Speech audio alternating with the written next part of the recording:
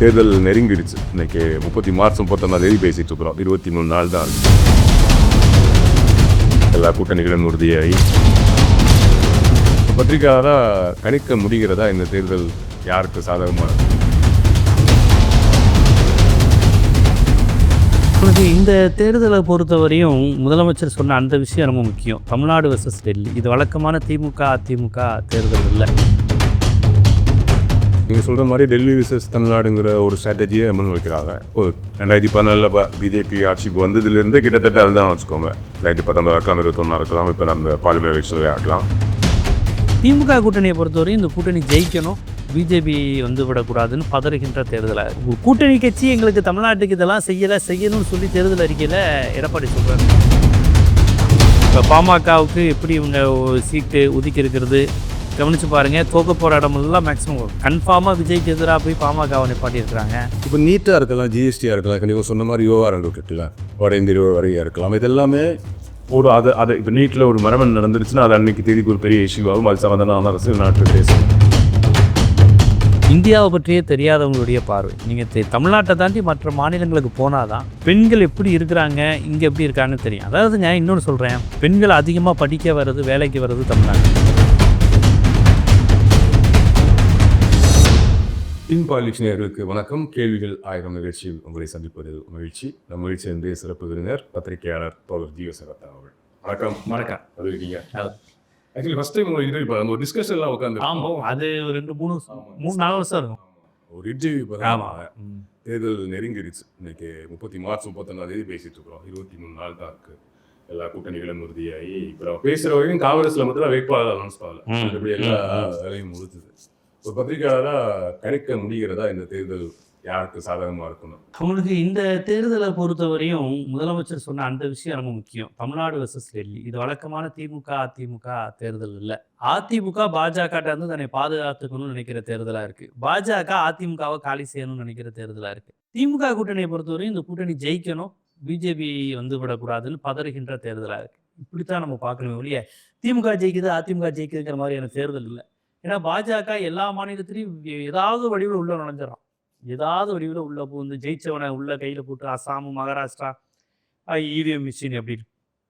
தமிழ்நாட்டில் மட்டும் எவ்வளவோ ட்ரை பண்ணி பார்க்குறான். ஊழல் ஆட்சி, அது இது, ஆளுநரை வச்சு தலித்துகளுக்கு எதிராக இருக்குது, என்னென்னமோ சொல்லி பார்க்குறாங்க. தமிழ்நாட்டில் மட்டும் அதை அசைச்சிக்க முடியல. அதனால் என்ன வேணாலும் நடக்கும் அப்படிங்கிற மாதிரியான சூழலில் திமுக கட்சியில் உள்ள கூட்டணி கட்சிகள் ஆன்டி பிஜேபிங்கிற கான்செப்டில் உறுதியாக நிற்கிறாங்க. தமிழ்நாட்டை பொறுத்தவரையும் பாஜக எதிர்ப்புங்கிறது எப்பவுமே வெற்றி பெறும். அது மக்களவையாக இருந்தாலும் சட்டமன்றமாக இருந்தாலும். அதுவும் சட்டமன்றத்தை பொறுத்தவரையும் உங்களுக்கு பிஜேபியோட அலைன்ஸ் வச்சு எந்த கூட்டணியும் ஜெயிச்சதில்லை. அது 2001 திமுக படுதோல்வி, அதுக்கப்புறம் 2004 ஜெயலலிதா படுதோல்வி. அதனால் சட்டமன்றத்தில் பிஜேபி அலைன்ஸுங்கிறது எப்பவுமே இங்கே எதிர்பார்ப்பு. 2001 இப்படி தான், 2021 தோத்தாங்க. இதோ ஒரு கட்டத்தில் இப்போ நீங்கள் சொல்கிற மாதிரி டெல்லி விசஸ் தமிழ்நாடுங்கிற ஒரு ஸ்ட்ராட்டஜியை முன் வைக்கிறாங்க. 2014 பிஜேபி ஆட்சிக்கு வந்ததுலேருந்து கிட்டத்தட்ட அதுதான் வச்சுக்கோங்க. 2019 இருக்கலாம், 21 இருக்கலாம், இப்போ அந்த பார்லிமெண்ட் எலெக்ஷன்லேயே இருக்கலாம். அது இப்போ எந்த ஒரு விஷயமும் தொடர்ந்து செயல்பட ஒரு நார்மலைஸ் ஆகும் தெரியுமா? அந்த நார்மலைஸ் ஆகுதா? பிஜேபியோட அக்செப்டன்ஸ் ஓரளவுக்கு வந்திருக்கா?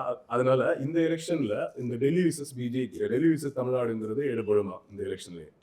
இல்லை, அது எடுபடுங்க. ஏன்னா நேரடியாக இன்னைக்கு எந்த அளவுக்கு எடுபடும்னு கேட்டிங்கன்னா, அதிமுகவுடைய தேர்தல் அறிக்கையில் பாருங்கள், அவர் என்னங்க சொல்லியிருக்கிறாரு? ஜிஎஸ்டி, செஸ் வரியை நீக்க இது பண்ணுவோம், மெட்ரோ, இந்த மாதிரி இது எல்லாமே பிஜேபி நோக்கி கேட்குற கேள்வி தானே. கூட்டணி கட்சி எங்களுக்கு தமிழ்நாட்டுக்கு இதெல்லாம் செய்யணும்னு சொல்லி தேர்தல் அறிக்கையில் எடப்பாடி சொல்கிறாரு. பிரச்சாரத்தில் தைரியமாக வெளியே சொல்கிறாரோ இல்லையோ, தேர்தல் அறிக்கையில் சொல்லிட்டாரு தமிழ்நாட்டில் வட இந்தியர்கள் ஆதிக்கம் அதிகம் இருக்குன்னு சொல்லியிருக்காரு. திமுக கூட இந்த முறை அது சொல்லியிருக்காங்க. போன முறை சொன்னாங்க, இந்த முறை அது கவனிக்கணும், உள்ள இருக்கான்னு தெரியல. ஏடிஎம்கே தேர்தல் அறிக்கையில் இருக்குது. இதெல்லாம் யாரை பார்த்து சொல்கிறீங்க? பிஜேபியை பார்த்து சொல்கிறீங்க. இது எல்லாத்தையும் அவங்க தானே கொண்டு வராங்க. வடவர் ஆதிக்கம், ஜிஎஸ்டி, செஸ் வரி, தமிழ்நாட்டுக்கு நிதி கொடுக்காதது, பேரிடருக்கான நிதி தராது, எல்லாமே பிஜேபி தானே. எடப்பாடியே அதை தான் தேர்தல் அறிக்கையாக வச்சிருக்காரு. எடப்பாடி உட்பட தமிழ்நாட்டுக்கு மிகப்பெரிய ஆபத்து, அதுவும் அதிமுக மிகப்பெரிய ஆபத்து பாஜக தான் பெரிய. இது இந்த மாதிரியான செக்டார் வைஸ் இஷ்யூஸ் இருக்குல்ல, கூட்டணி இருக்கக்கூடிய கட்சி அதை சொல்லுது அப்படின்னா அந்த அளவுக்கு தான் பிஜேபியோட செயல்பாடு தமிழகத்தை பொறுத்தவரை இருக்குதுன்னா அது ஃபைன். ஆனால் அந்த விஷயத்தை ஓவராலாக மக்கள் புரிஞ்சுக்கிட்டு அதுக்கு ரியாக்ட் பண்ணுற ரிசல்ட்டே நம்ம பார்த்தோம் கடந்த கால எலெக்ஷனில். ரீசன்ட் டைம்ஸில் அதுவும் இப்போ 5 வருடம் திமுக ஆட்சி இருந்து வர்றதுனால கடந்த முறை எதிர்க்கட்சியாக இருந்தாங்க, ரொம்ப ஸ்ட்ராங்காக அது ஒர்க் அவுட் ஆச்சு. இந்த முறை 5 ஆட்சியில் இருக்கிறாங்க ஆளுங்கட்சி. ஆளுங்கட்சியாக இருக்கும்போது அந்த ஒரு எப்படி பார்த்தாலும் யார் ஆட்சி செஞ்சாலும் ஆன்டி இன்கம்பன்சி மனநிலை இருக்கும். அந்த மனநிலை இந்த பிஜேபிங்கிற எலிமெண்ட்டை ஓரளவுக்கு குறைச்சு அதை கண்டுக்காம விடுற சூழல் இருக்கிறாங்க. இல்லை, நீங்கள் சொல்லக்கூடிய ஆட்சிக்கு எதிரான மனநிலை, இந்த ஆட்சியில் அது சரியில்லை, அது சரி, இதெல்லாம் எல்லார் காலத்துலேயும் உண்டு. காமராஜர் காலம், பக்தவச்சலம், அண்ணா, கலைஞர், எம்ஜிஆர், ஜெயலலிதான்னு யார் ஆட்சி செஞ்சாலும் 5 வருஷம் இந்த ஆட்சியில் இப்படி நடந்துச்சு. ஒயின் ஷாப் இருக்குது, நிர்வாக பிரச்சனை, ரேஷன் கடை, பெண்கள் பாதுகாப்பு, இதெல்லாம் யார் 5 வருஷம் அந்த 5 வருஷம் ஸ்டாலின் போல யார் ஆட்சி செஞ்சாலும் இதெல்லாம் பொதுவான கம்ப்ளைண்ட்டாக வரும். அது வந்து இப்போ அது வந்து ஒரு இஷ்யூ கிடையாது. அதை ஏடிஎம்கே பிஜேபி பெருசாக பேசலாம். பட் அது அது மட்டுமே எடுபடாது. அந்த ஆட்சிக்கு எதிரான மனநிலை பொதுவாக இருக்குங்க. அது பெருசாக இன்னைக்கு பிஜேபி வெர்சஸ் தமிழ்நாடுங்கிற அந்த கான்செப்டை பெருசாக அசைச்சிக்காது. அது மட்டும் இல்லாமல் இங்கே கூட்டணி வந்து ஓரளவுக்கு அந்த ஐடியாலஜிக்கலாக ரொம்ப ஸ்ட்ராங்காக இருக்குல்ல. இப்போ அந்த பக்கம் பாருங்க, இப்போ ஒரு பாமக, எடப்பாடி, அமமுக, பிஜேபி பெருசாக சிங்க் ஆகலையே. அப்படி ஒன்றும் அவங்களுக்குள்ள ஒரு இது இல்லையே. எடப்பாடி முதலமைச்சர்னு சொல்ல மாட்டேங்கிறாங்க. கடைசி வரையும் டெல்லிக்கு அலைக்கழிச்சு கடைசியில் எடப்பாடியை ஒரு சீனில் காமிக்கணுங்கிறதுக்காண்டி இங்கே வச்சு இது பண்ணுறாங்க. டிடிவி பெருசாக எடப்பாடியோட ஒரு இன்னும் சிங்க் ஆகலை. இப்போ பாமகவுக்கு எப்படி இவங்க சீட்டு ஒதுக்கி இருக்கிறது கவனித்து பாருங்கள். தோக்க போகிற இடமெல்லாம் மேக்ஸிமம் கன்ஃபார்மாக விஜய்க்கு எதிராக போய் பாமகவை நிப்பாட்டி இருக்கிறாங்க. தேமுதிக பாமக மோதுது. இது இது வந்து ஒரு ஓப்பனாக தெரியுது, ஒரு இஷ்யூவாட்ட அங்கே ஓடிக்கிட்டு இருக்கு அப்படிங்கிறது. பாஜகவுக்கு பாருங்க, தென் தமிழ்நாட்டில் கடந்த முறை அதிமுக தோத்த இடம் ஃபுல்லாக கொடுத்துருக்குறாங்க. பாஜக என்ன பார்க்குது, அப்படியே ஏடிஎம்கே இடத்த கைப்பற்றிடணும். அந்த ஏடிஎம்கேக்கான கான்செப்ட் இருக்குல்ல, ஓட்டு இடம் இல்லை, அந்த கலைஞர் எதிர்ப்பு மனநிலையில் தானே அதிமுககாரன் இருப்பான். அதை அப்படியே பிஜேபியை மாற்றிடணுங்கிற கணக்கில் அது செயல்படுது.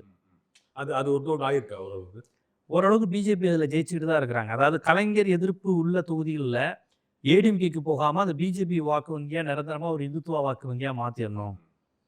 இப்போ எம்ஜிஆர் ஓட் பேங்குங்கிறது உங்களுக்கு என்னன்னா, ஒரு திராவிட தன்மையுள்ள கட்சியாக இருந்தாலுமே ஒரு திராவிட எதிர்ப்பு மனநிலை கொண்ட பல பேர் எம்ஜிஆர்ட்ட வந்தாங்க. சுதந்திரா கட்சி கான்செப்ட் உள்ளவங்க, ஸ்தாபன காங்கிரஸ் கான்செப்ட் உள்ளவங்க, ஜனசங்க மனநிலை, அதனுடைய வெளிப்பாடு தானே வேறுபடு. திராவிட எதுக்கு முடிஞ்சிட்டு இருக்கவங்க அதுக்கு எதுக்கு கட்சி பக்கம் வருவாங்க. ஆமா, ஒரு கட்சி வந்து ஆமா, அப்படி நிறைய ஏடிஎம்கே ஜெயிச்சிச்சு பாருங்க.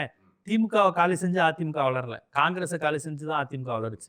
அப்போ அந்த மைண்ட் செட் உள்ளவனுக்கு அதிமுக நம்ம கட்சின்னு தோணுது. கலைஞர் எதிர்ப்புங்கிறது காங்கிரஸ்காரன்ட்டே இருக்கும், எம்ஜிஆர்ட்டே இருக்கும். அப்போ அவங்க 2 பேருக்குமே கலைஞர் எதிர்ப்புன்னு அது இப்போ கோயம்புத்தூர், தென் மாவட்டங்களெல்லாம் இதுதான்.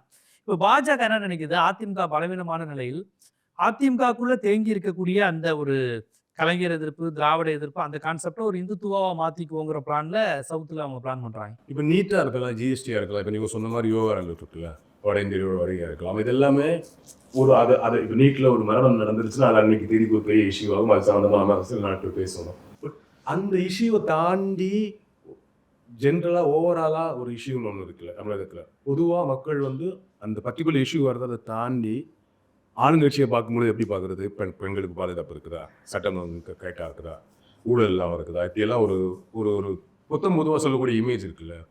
அந்த இடத்த ஏடிஎம்பியையும் பிஜேபி ரொம்ப ஸ்ட்ராங்காக, விஜய் உட்பட ரொம்ப ஸ்ட்ராங்காக கையெழுத்து நினைக்கிறேன். சட்டம் ஒன்றும் சரியில்லை, பெண்களுக்கு பாதுகாப்பு இல்லை அப்படிங்கிற மாதிரி விஷயத்தை, காவல்துறையோட செயல்பாடு சரியில்லை, சிஎம்மோட கண்ட்ரோல் இல்லைங்கிற ஒரு பொது பிரச்சாரம் இருக்குல்ல.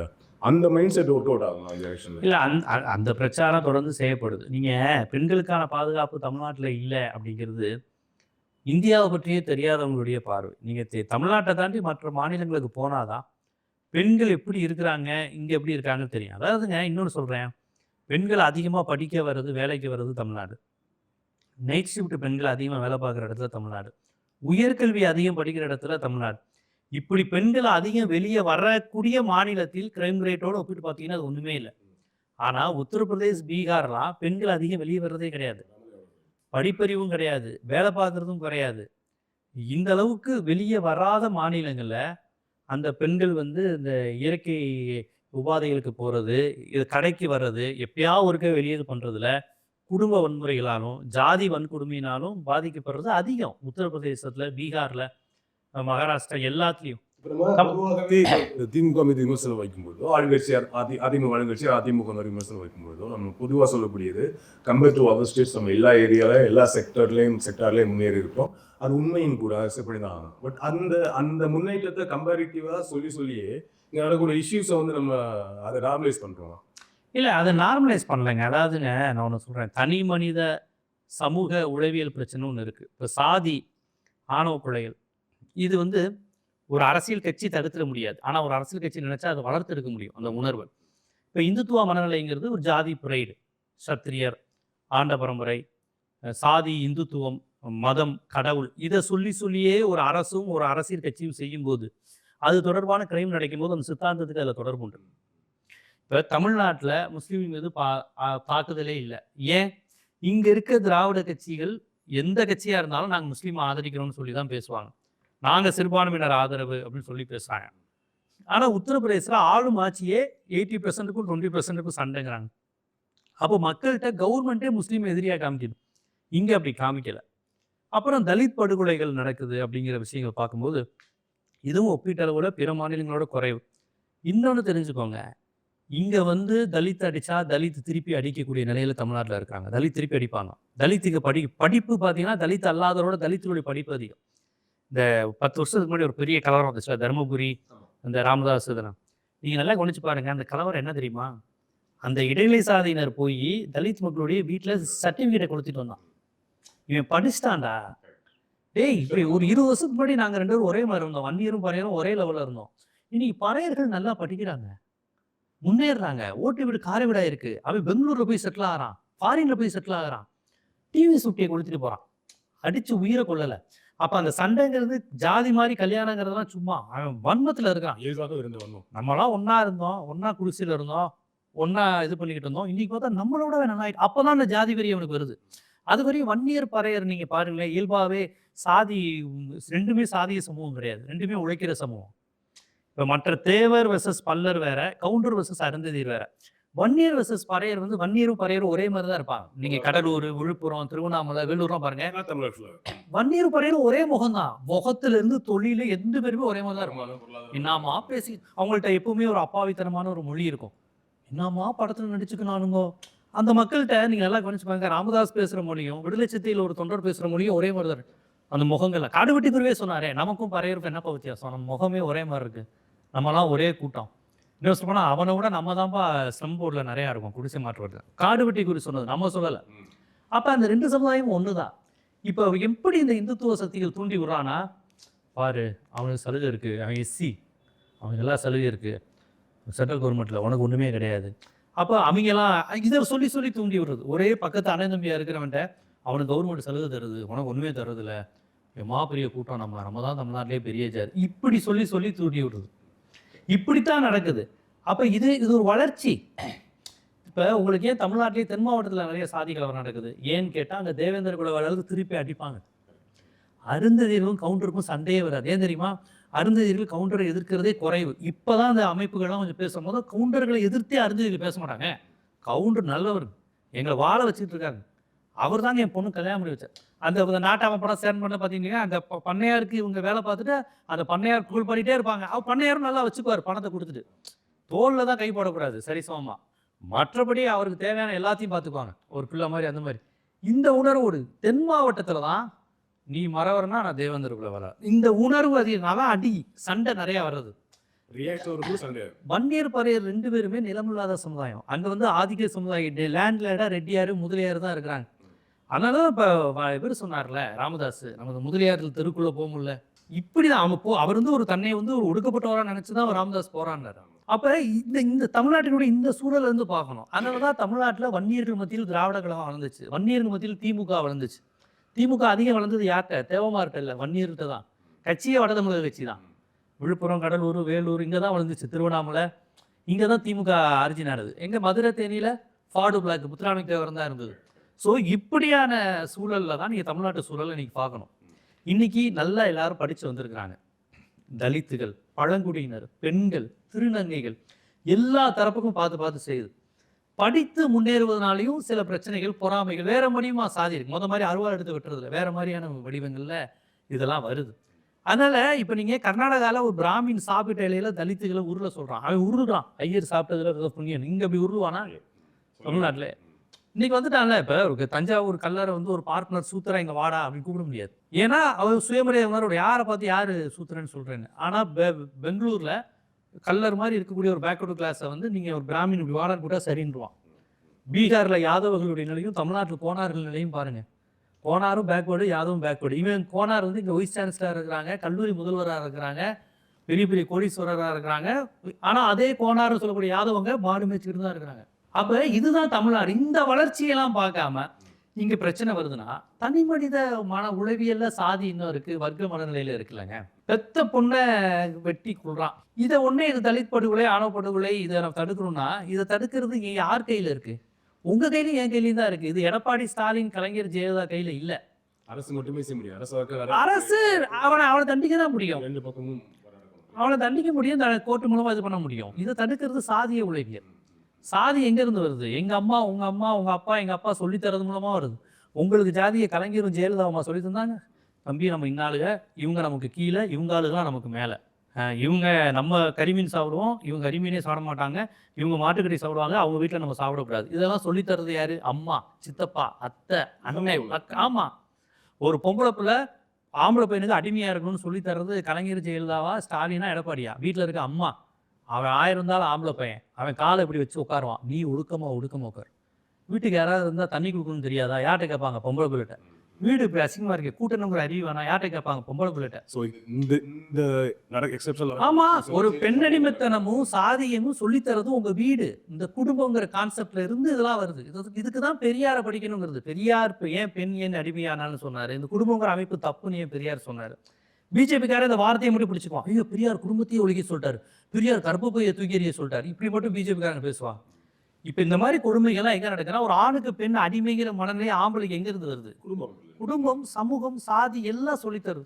இப்போ நீங்கள் கேண்டிடேட் திமுக எப்படி போடுறதுங்கிறதுல வாங்க, ஏடிஎம்கே போடுறது, இதுல இருந்து தான் பிரதிபலிக்கும். டக்குன்னு திமுக புரட்சி செஞ்சிட முடியாது. இந்த கான்செப்ட், இந்த மனநிலையில இருந்து தான் அவன் கேண்டிடேட் போட முடியும். இப்போ நாம் தமிழர் போடுறாரு, நான் ஜாதி பார்க்காமனா ஜெயிக்க மாட்டோன்னு அவங்களுக்கு தெரியும். ஜெயிக்க மாட்டேன்னு சொன்னதுக்கப்புறம் நீங்கள் என்ன புரட்சியாலும் செய்யலாம். 234 தொகுதி நான் திருநங்கை நிப்பாட்டுறேன், 234 தொகுதி நான் பெண்கள், வாழ்த்துக்கள், வாங்க. திமுகவும் ஜெயலலிதாவும் அந்த ரிஸ்க் எடுக்க முடியுமா? யார் ஜெயிப்பாங்களோ அவங்கள தான் ரிஸ்க் பண்ணுவாங்க. இப்போ அதனால திருப்பரங்குன்றத்தில் பிள்ளைமாரை நிப்பாட்டி இருக்கு திமுக. ஒரு லேடி பிள்ளைமாறு, திருப்பரங்குன்றம், மஞ்சாட்டி, பெரம்பலக்கல்லர், அகமுடியர், முத்தரையர், இது 3 இல்லாமல் ஒரு பிள்ளைமாறு லேடியை நிப்பாட்டி இருக்கு. விஜய் சாதி பார்த்து நிப்பாட்டியிருக்காரு, சாதி இதை நிப்பாட்டியிருக்காரு. அதிமுக அந்த சாதி நிப்பாட்டுறாங்க. இப்போ ஒன்றே பெரம்பலக்கல்லர் சங்கத்திலேருந்து நோட்டீஸ் வந்திருக்கு திமுக, எங்கள் சாதியை நீ புறக்கணிச்சிட்டேன், என் சாதிக்காரன் அந்த தொகுதி மட்டும் இல்லை எந்த தொகுதியில் இருந்தாலும் உனக்கு ஓட்டு போட மாட்டான்னு இப்போ ஒரு அறிக்கை விட்டுரு. இப்போ நீங்கள் என்ன பண்ணுவீங்க? பரவாயில்லையே, அந்த தொகுதியில் சாதி மாதிரி இருக்கான்னு மக்கள் அந்த தொகுதியில் எல்லாரும் ஓட்டு போடுவாங்களா? இல்லை, இது வந்து சமூக அழுத்தம். அது அழுத்தத்தை புரிஞ்சுக்கிறேன். இப்படி ஒரு விஷயத்தை நம்ம பார்க்கணும். இப்போ குறிப்பாக ஒரு சில எங்கள் சாதிய தன்மை எந்த சமூகத்தில் அதிகமாக ஓங்கி இருக்கும், எந்த சமூகத்தில் இருந்து இந்த சாதிய கொடுமை நிகழ்த்துறவா இருப்பான்னு நம்ம யோசிச்சு பார்த்தா நம்ம 1-2 சாதியில் சொல்லலாம்னு வச்சுக்கோங்க. ஏன் அந்த சாதி அந்த விஷயம் தொடர்ந்து நடந்துட்டு இருக்குன்னு பார்த்தோம்னா, அது அதில் இருக்கிறவங்க பெரும்பாலும் அதிகாரத்தில் இருப்பாங்க. ஆமாம், அப்போ அதில் இருக்கிற இது ஒன்று தொடர்புடையதுங்க. அது இருக்கிறவங்க தொடர்ச்சி அதிகாரத்தில் இருக்கும்பொழுது அந்த அதிகாரத்தில் இருப்பதற்கான வாய்ப்பை நம்ம தொடர்ந்து கொடுத்துட்டே இருந்தோம்னா அது எப்படி சரியாகுங்கிறது ஒரு கேள்வி. இல்லை, அதுக்கான சுழற்சி மாற்றம்லாம் வேணும். அது அப்பப்போ நடக்குது. தலித் தொழில்நிலையே பொது தொகுதியில் நிப்பாட்டி ஜெயலலிதா ஜெயிக்க வச்சாங்க. தண்டபாணிங்கிற ஒரு தலித் அவரை வந்து பொது தொகுதியில் கோயம்புத்தூர் நிற்க வச்சு கலைஞர் ஜெயிக்க வச்சாங்க. ராமநாதபுரம் மாவட்டத்தில் ஒரு மைனாரிட்டி ஜாதியை மாவட்ட செயலாளர் ஆகினார். இந்த மாதிரி விஷயங்கள் நிறையா இருக்குது. விழுப்புரத்தில் பொன்முடிங்கிற ஒரு மைனாரிட்டி ஜாதியை வந்து மாவட்ட செயலாளருக்கு இப்போ வரையும் அவங்களுடைய காலகட்டங்கள் மாதிரி கொண்டு வந்திருக்காரு. அவர் அங்கே பெரும்பான்மை சாதி கிடையாது. இந்த மாதிரியான விஷயங்களும் நடந்துக்கிட்டு தான் இருக்குது. நம்ம வந்து அதை மறுக்க முடியாது. ஆனால் இந்த சாதி, சமூகம், குடும்பம், அமைப்பு, ஆணாதிக்கம் எல்லாம் பின்னி பிணைஞ்சிருக்கு. பாஜக இந்த தன்மையை ஊக்குவிக்கிற அமைப்பு. திராவிட கட்சி இதுக்கு எதிரான எதிர்நீச்சல் போடுற அமைப்பு. அதனால திராவிட கட்சியை பற்றி கேட்பான், நீ தானே ஜாதியை ஒழிக்கிறேன்னு, நீ தானே அப்படின்னு கேட்குறான். அது புரிஞ்சுக்க முடியுது. ஆனால் பட்டமரம் தான் கல்லடிப்படும். ஆனால் இந்த அமைப்புல இருந்து தான் அதை பண்ண முடியும். இப்போ தாலி மறுப்பு, ஜாதி ஒழிப்புன்னு பெரியாரிஸ்டுகள் பேசுகிற மாதிரி திமுக பேச முடியாது. தாலி பெண்ணுக்கு வேலின்னு தீகாக்காரங்க மேடையில் பேசலாம், பெரியாரிஸ்ட் பேசலாம், அப்போ நான் கூட பேசலாம். நான் யார்ட்டையும் போய் ஓட்டு கேட்க போகிறதில்ல. ஓட்டு கேட்கணும் அவங்க. மக்கள் வந்து பெரியாரியா, அம்பேத்கரியா, மார்க்சிஸ்ட் சிந்தனையாளர்களாக இல்லை. ஏடிஎம்கே டிஎம்கே இவ்வளோ பேசினாலும் அதை அவங்க பேலன்ஸ் பண்ண வேண்டியது இருக்குது. இல்லை, இந்த சமூகம் அப்படி இருக்குல்ல. இந்த சாதிய சமூகத்திலிருந்து தாங்க பெரியாரிஸ்டுகள் வராங்க. பெரியாரிஸ்டுகள்கிட்ட இருந்து திமுக வரல. இந்த சாதிய சமூகத்திலிருந்து அதிலிருந்து மாறுபட்டு உங்களை திருத்தணும் வந்தாங்க. பார்ப்பன ஆதிக்கத்துக்கு எதிராக பௌத்த மதம் வருது. பௌத்த மதம் வந்து அந்த தன்மையிலிருந்து வேறுபட்டு எதிர்த்து போராடி நிற்குது. அது மாதிரி சாதிய அமைப்புலேருந்து சாதியை ஒழிக்கணும்னு பெரியார் வந்திருக்காரு. அந்த போராட்டங்கிறது அடுத்து நம்ம எல்லாரும் தான் எடுத்து சொல்லணும். இப்போ நம்ம அந்த போராட்டத்தில் இப்போ பாண்டே மாதிரி நபர்கள் என்ன கேட்குறாங்க, தமிழ்நாட்டில் சாதியை ஒழிச்சிட்டிங்களாங்கிறார். யார்? பாண்டேன்னு பேர் வச்சுட்டு ஒருத்தர். இங்கே யாராவது தேவர்னு ஒரு பத்திரிகையாளர் இருக்காரா தமிழ்நாட்டில்? நாயக்கர்னு ஒரு பத்திரிகையாளர் இருக்காரா? வன்னியர் படையாச்சியார். மக்கள் மத்தியில் அது ரொம்ப குறைவு. அப்படி ஊடகத்தில் தேவர்னு பாண்டேன்னா யாருன்னா ஓப்பனா ஐயர் ஐயங்காருன்னு அர்த்தம். ஐயர் ஐயங்காருன்னு சொல்லிட்டு ஒருத்தர் இங்க இதா இருந்துக்கிட்டு தமிழ்நாட்டை பார்த்துட்டு நீங்க என்ன ஜாதி ஒழிக்கல? அங்கிட்டு ஒரு ஜாதி இருக்கு. இவங்கெல்லாம் ஜாதி ஒழிப்புக்கு உண்மையான ஈடுபாடு உடையவங்க கிடையாது. இவங்க ஒரே ஜாதியில கல்யாணம் பண்ணுவாங்க, ஜாதி உணர்வை தூண்டி விடுவாங்க, எல்லாம் பேசுவாங்க. ஜாதி மறுப்பு இயக்கத்தை பார்த்து நீங்க இன்னும் ஒழிக்கலையே, ஏதோ பெரியார் மண்ணுங்கிறீங்க அப்படின்னு இந்த மாதிரி புறப்படி வேலைகளை பண்ணுவாங்க. ஆனா நீங்க சொன்ன அந்த விஷயங்கள்ல நம்மை போன்றவர்கள் இன்னும் அழுத்தம் கொடுக்கணும். அரசும் இதை கொஞ்சம் கூடுதலாக கவனம் எடுக்கணுங்கிறதுல நமக்கு மாற்று கருத்து இல்லை. நம்ம 2014 அரசியல் களம் குறிப்பாக தேர்தல் களம் மாறி இருக்கிறத புரிஞ்சிக்க முடியும். ஹைபேக்குங்கிற ஒரு நிறுவனம் உள்ள வருது, பிராண்டிங் ப்ரொமோஷன் அப்படிங்கிறது வருது. அது அரசியலுக்குள்ளே வரும்போது ஓவராலாக சமூகத்திலே வந்தது. எல்லாருமே செல்ஃப் பிராண்டிங்கை நோக்கி நகர்ந்துட்டு இருக்க நேரத்தில் ரீசெண்ட் டைம்ஸில் நம்ம பார்க்கும்பொழுது கிட்டத்தட்ட எல்லா கட்சியுமே வேறுபாடின்றி பிராண்டிங்கை நம்ம பார்க்குறோம். அந்த கள அரசியலில் தான் முன்னாடி நம்ம வேலை செஞ்சுட்டு இருந்தோம். கள அரசியல் அங்கே தான் அதுதான் ஓட்டாக மாறும் நமக்கு தெரியும். இன்றைக்கி அந்த பிராண்டிங் அண்ட் ப்ரொமோஷன் நடக்குதுல்ல, இந்த சேஞ்சஸ்னால ரிசல்ட் எந்த அளவுக்கு மாறும்? இல்லை, இது ஒரு விதமான மோடி பாணி தான். அந்த பிராண்ட் பண்ணி அதை மக்களுக்கான அரசியலை மக்களுக்காக மக்கள்கிட்ட போய் பேசாமல் ஒரு பிராண்டிங்கை உருவாக்குறது. மோடி தான் வளர்ச்சி நாயகன், இது பிஜேபி உருவாக்குனது. ஆனால் இந்தியா முழுக்க இன்னைக்கு எல்லா கட்சியும் அந்த பிராண்டுங்கிற கான்செப்டுக்குள்ள போயிட்டாங்க. அது இப்போ தவிர்க்க முடியாததாயிடுச்சு. ஆனால் இந்த பிராண்டுங்கிற ஒரு கான்செப்ட் வச்சுட்டு இந்த வியூக வகுப்பாளர்கள்னு ஒரு கான்செப்ட் வச்சு இவங்க பண்ணுறது இருக்கட்டும். அது அதிமுக பண்ணும்போது திமுக பண்ணாமல் இருக்க முடியாது. எல்லா கட்சி தனித்தனி கேண்டிடேட் தனியாக வார் ரூம் வச்சுக்கிறாங்க தங்களுக்குன்னு. அதெல்லாம் எலெக்ஷன் டயத்தில் நடக்குது. இப்போ அவன் வெற்றி தேவைங்கிறப்ப அவன் எத்திக்ஸ் பார்க்க மாட்டாங்க. வெற்றிக்கான எல்லா வியூகமோ அதெல்லாம் நம்ம செய்யணுங்கிறது தான் கரெக்டாக இருப்பாங்க. ஆனால் அதை தாண்டிங்க அரசியல் தலைவர்களும் சரி, அந்த அரசியல் கட்சியினரும் சரி தெரிந்து கொள்ள வேண்டியது இந்த மண் மக்களுக்கான அரசியல். இதில் ஜெயிச்ச உணர்ந்த தலைவர்கள் தான் வரலாற்றில் நிற்க முடியும். இந்த பிராண்ட் பண்ணி வரவங்கலாம் இந்த பிரசாந்த் கிஷோர், இந்த விஜய், இந்த மாதிரி வர்ற கான்செப்ட்லாம் பெருசாக நிற்காது சமூக வலைதளங்கள். அது வேணால் அந்த நேரத்துக்கு ஒரு பளிச்சுன்னு தரலாம். காமராஜர்கிட்ட போய் நாங்கள் ஒரு துணை நகரம் அமைக்கணும், அதுக்கு லண்டன் போயிட்டு வரணுங்கிறப்ப காமராஜர் சொல்கிறாராம், எதுக்குன்னு மதுரையையும் புதுக்கோட்டையையும் ஃப்ளைட்டில் இருந்து நீ பாரு, ஹெலிகாப்டர்லேருந்து. ஒரு நகரம் எப்படி இருக்கணுங்கிறதுக்கு உலகத்திலேயே சிறந்த நகரம் மதுரையும் புதுக்கோட்டையும் தான். அதை பார்த்துட்டு போய் நீ ஸ்டெச்சு போடு அப்படின்னு அந்த இன்ஜினியர் சொன்னாராம். அவங்க மறந்துட்டாங்களாம். உண்மையிலேயே மதுரையும் புதுக்கோட்டையும் ஹெலிகாப்டர் வந்து பார்த்தாங்களாம். குளம், வடிவமைப்பு, கோவில், ஒரு ஊர் எப்படி இருக்கணும் அப்படிங்கிறது. இதுக்கு எதுக்கு நான் லண்டனுக்கு போகிறேன்? லண்டன் ஒரு ஊர் உருவாகிறதுக்கு பல லட்சம் ஆண்டுகளுக்கு முன்னாடி இருந்து மதுரையும் புதுக்கோட்டையும் நம்ம தமிழ்நாட்டில் இருக்கிறோம்.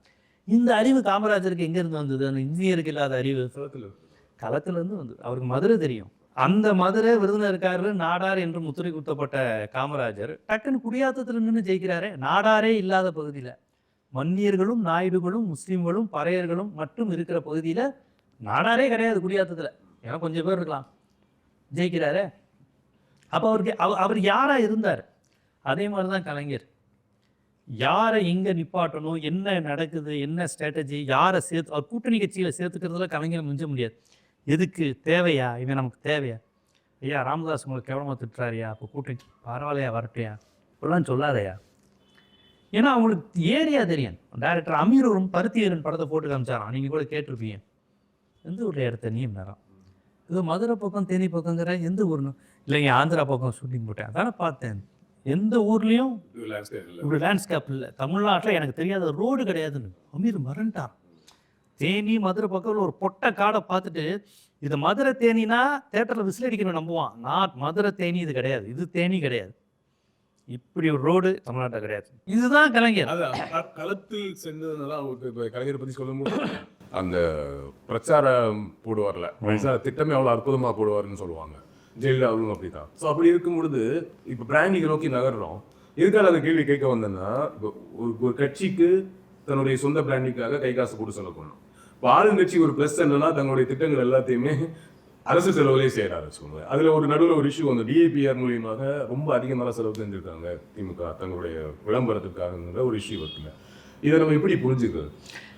இதே காரணம் நம்ம மோடி மேலே வச்சோம். அவர் கூடிய போட்டில் இருந்தாங்க இல்லைங்க, அவர் செஞ்சது முழுக்க விளம்பரங்க. இப்போ இவங்களுடைய தமிழ் புதல்வன் அந்த பெண்களுக்கான திட்டம் இருக்குல்ல, இதுக்கு பண்ணுற செலவு எல்லாமே ஒரு 20 ஆண்டுகளுக்கான முதலீடாக தான் நான் பார்க்குறேன். அவர் பண்ணுற திட்டம் ஸ்டாலின் நடந்து போகிறார் அப்படின்னு சொல்லி அவங்க விளம்பரம் பண்ணல. இத்தனை மாணவர்களே நாங்கள் உருவாக்கியிருக்கோம். கிராமத்துலேருந்து இத்தனை மாவட்ட நிர்வாக அலுவலர்கள் வந்துருக்கிறாங்க. இந்தியன் அட்மினிஸ்ட்ரேட்டிவ் சர்வீஸ்க்கு இத்தனை பேர் அனுப்பியிருக்கோங்கிறாங்க. அது விளம்பரம் இல்லை, ஆதாரத்தோடு தராங்க. இந்த திட்டத்தின் மூலமாக செருப்பு தைக்கும் தொழிலாளி, பூக்கட்டும் தொழிலாளி, ஒரு சித்தார வேலை பார்க்குறவங்க, ஒரு எளிய குடும்பத்து பிள்ளைங்க, ஒரு ஓட்டு வீட்டில் இருந்தவங்க, அப்பா வயர்மேனாக இருக்கிறாரு, இந்த மாதிரி தொழில் செய்யக்கூடியவங்க, கைவண்டி இருக்கிற இந்த பிள்ளைங்கள்லாம் இன்றைக்கி இந்த நிலைக்கு வந்திருக்குன்னா, இந்த ஸ்கீம்ஸ் கோச்சிங் சென்டரை போய் பணம் கட்ட முடியாத பிள்ளைகளெல்லாம் நாங்கள் பிடிச்சி விட்றோம்.